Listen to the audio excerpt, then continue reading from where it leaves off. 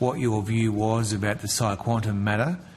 I think it was put by the Minister at the table that you had outlined some concerns, but then you had perhaps expressed some different views after receiving more information. Would you like to put on record your view on these matters?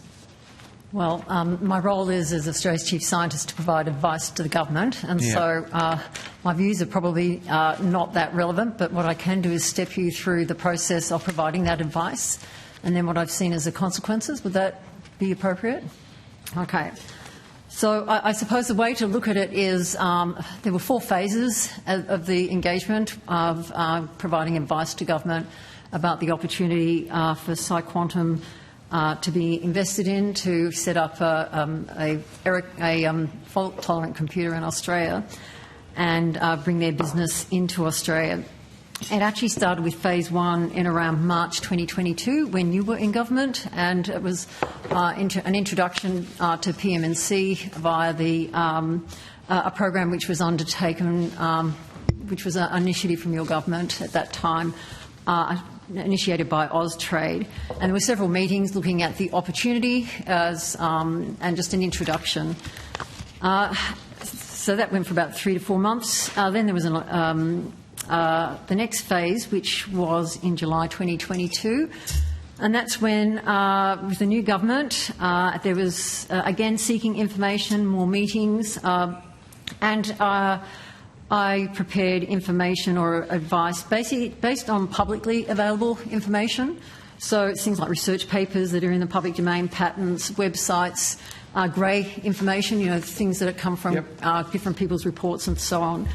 And also information I gleaned from the different meetings with PsiQuantum, noting that there were no confidentiality agreements. So, as a good business would do, they don't share their secrets and their commercial advantage with anyone until they've got a confidentiality agreement in place. So any information they gave us at that time was several years old. And so at that stage, it was very hard. My job is evidence-based, and so the evidence did not look like there was enough there to say that they could make and manufacture a quantum computer in the time frame that they were suggesting they could. So that was the next stage, and so I provided one report. Then there was a third stage, which was when Minister Husic received authority to be able to look into this more, because remembering that I was just one person providing advice on the bit that I was an expert on, which is quite a narrow part, or some subsections of what makes up a quantum computer.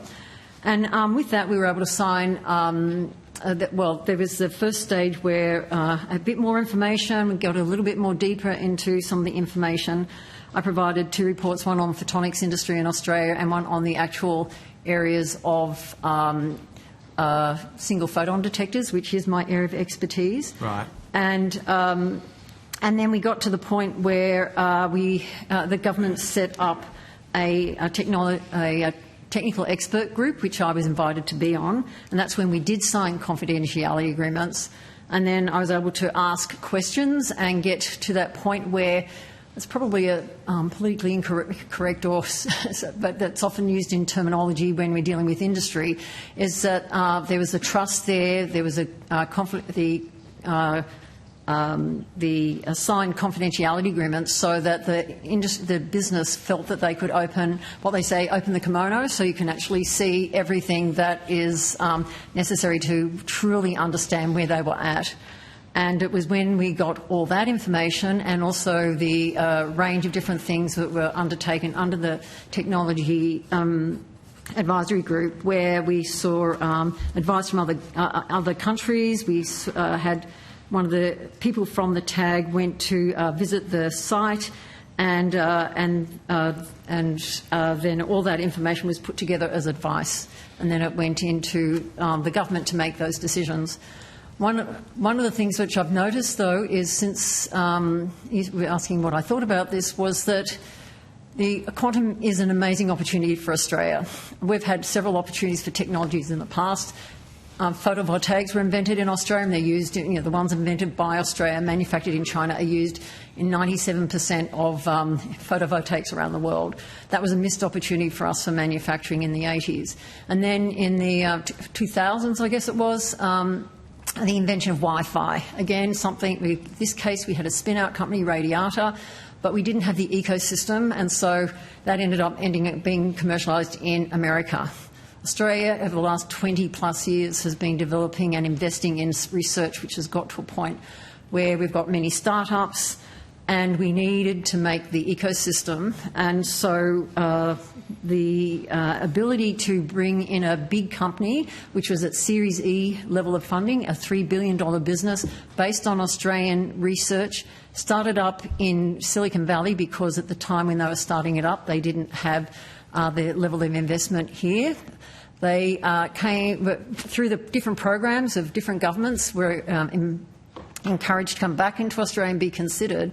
And now that this has happened, what we've seen is a real opportunity for Australia, because it's the first time we've done something like this.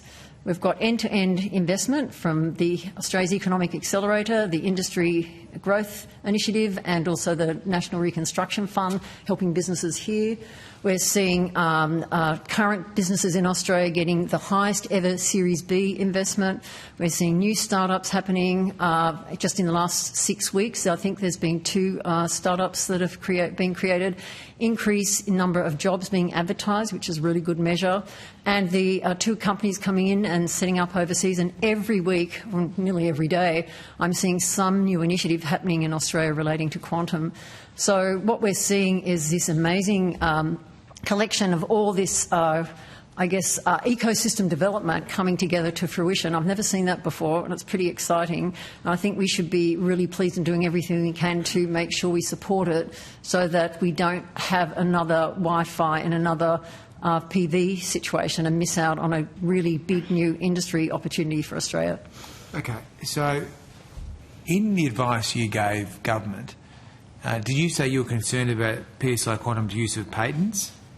So in the early days, I'm not sure how much you know about the way you transition from research into starting up a business. Oh, I have a general idea, but you probably have more knowledge than I do. Well, first of all, you publish lots of papers, and the people from PsiQuantum, when they were at different places, whether it was at University of Queensland, Griffith University, or at Bristol University, all the founders published lots of papers with lots of collaborators from all around the world. They get to a point where they spun out a company, and then they go. Companies then go stealth when they've got something special that they don't want to share anymore, so that they can keep their commercial secrets to themselves. But what they do is publish. They do patent things because you've got to protect your IP. Yeah. And but we've got to remember that patents are just protecting your IP. They give you a license to sue, as we heard about previously today. And they're not peer reviewed in the sense they're reviewed for novelty, not for correctness. So generally, when you're looking at whether the technology is correct or not, you don't use patents. So I raised that as an issue, but then since then we've been given the information by being able to get into the depths of the organisation. I'm an editor-in-chief of a journal, Superconductor Science and Technology, which publishes in this area. I have published myself in several areas, so that we were able to see this information, and the people on the tag were of equal eminence in their different fields that make up equivalent of a quantum computer, the capability. And so therefore we were able to say that the information we saw was of the quality that was publishable. But since then, I think I'll forget the date. So effectively, sorry, I don't want to overtalk you, right. but I just need to clarify. So just to use your expression, there was a point where PsiQuantum opened the kimono, was there? That's correct, and that was part of and that doesn't happen straight away when you're talking with businesses. They take some time before you get the trust, you get all the contracts in place, so that therefore you can see the absolute secrets of their commercial advantage. When did that happen? Let's see. So that was when we were in the TAG system, which was from July 2023. So sometime after July 23. The tag was actually, yes, July 2023 was when the tag was formed, and those things. It didn't happen immediately because you've got to build up that trust, and also you ask questions, and you've got to create the ability to have the dialogue and the information you're looking for, so that you're able to get an ability to assess and be able to make, I guess, a report that is able to give the advice to government as to what the technology is telling us. Okay. All right, thanks, Dr. Foley. So I guess we'll come back to the department then in relation to the matters that we talked about earlier today. So I guess my main question here is going to what exactly was the status of the engagement with the Commonwealth and PsiQuantum, and what was the story with the risk and control framework that we talked about earlier today? Is there someone here that can talk to some of those risks and some of those conflicts of interest? Yes, but once again I'll just note that you use a phrase that is not one that we've used. Which one am I using that you don't like? Well, as I said, we use the language of a probity plan. What did I say? Risk and control. Oh, sorry, I'm a long-suffering internal auditor. But it's similar in concept. Yeah. And so, as I said earlier, we had probity advice in place throughout the entire kind of sequence of events, and we had a dedicated probity advisor on this, in addition to the department's usual frameworks and operational requirements. I understand that. So, I guess the question is, what were those conflicts of interest? We went through at a high level the types of conflict of interest. Just to be really clear, there was, you asked earlier, and Dr. Foley has talked about the commercial and confidence requirements and things like that. That was part of the discussion. So advice on how to craft those agreements, what they cover, what they don't cover, back and forward, and arrangements. So that's part of it. But I'll pass to my colleague who can, we've got some detailed information about what sorts of activities were covered. I went through a high level this morning, but we can go in more detail. Thank you, Secretary. Helen Wilson, Deputy Secretary of Science and Technology Group. So the conflict of interest declarations that were made to the independent probity advisor that we had were mainly related to personal relationships with other stakeholders in the project, including other quantum computing organisations, immaterial financial interests such as shareholdings and investments in quantum computing organisations. They're the main types of declarations that were made to the probity advisor. And if I can just add that the probity plan developed by the advisor did include a risk and controls document matrix. So, and just to put this in Senator, just to put this into context, at different times, some of the staff that we were drawing on were also involved in other aspects of quantum policy, and so we needed to manage conflicts between those different processes because the government was developing, with the assistance of the Chief Scientist, quantum strategy through 2023. And we also had, as I mentioned, the Australian government has got a shareholding in a prior company, and there are other processes. So we were very conscious of the ability and requirement for us to manage commercial information, but also the tight-knit community of the quantum fraternity to make sure that we were very appropriate and above board at all points in the process. Yeah, no, so I understand that. So I guess two of the categories you identified there, Ms Wilson, were personal interests and then immaterial matters. I imagine the latter are small shareholdings people might have and those sort of things, right? That's right. So what about the personal interests? I guess, I mean, I'm not interested in going through all the legal issues. We've been through that. People can form their own judgments. I'm interested in whether there's any other conflicts of interest here. When you say personal interest, you mean interest that may be connected to the Minister or the Office of the Minister? Senator, any conversations and disclosures between the probity advisor and any person involved in the project are confidential. What I would add is that the probity advisor assessed that any of the declarations as not representing a material risk of actual or perceived conflict of interest, whether it was a conflict of interest declaration related to personal relationships or those immaterial financial interests. So the personal conflicts of interest, can you just give me an example of what it might be? It sounds like it's linked to particular relationships people might have. Senator, business relationships, personal relationships, those sort of things? all I'm able to acknowledge is that the types of declarations that were made to the probity advisor, some of them were related to personal relationships with other stakeholders in the project, including other quantum computing organisations. Was one of them related to Blackbird? I have mentioned before that Blackbird was not a party or connected to this process, and so I'm not aware if there were. It would be a strange necessity to declare anything to do with something that wasn't related in any way to the project. Okay, so these relationships were not to do with Blackbird or any other investor?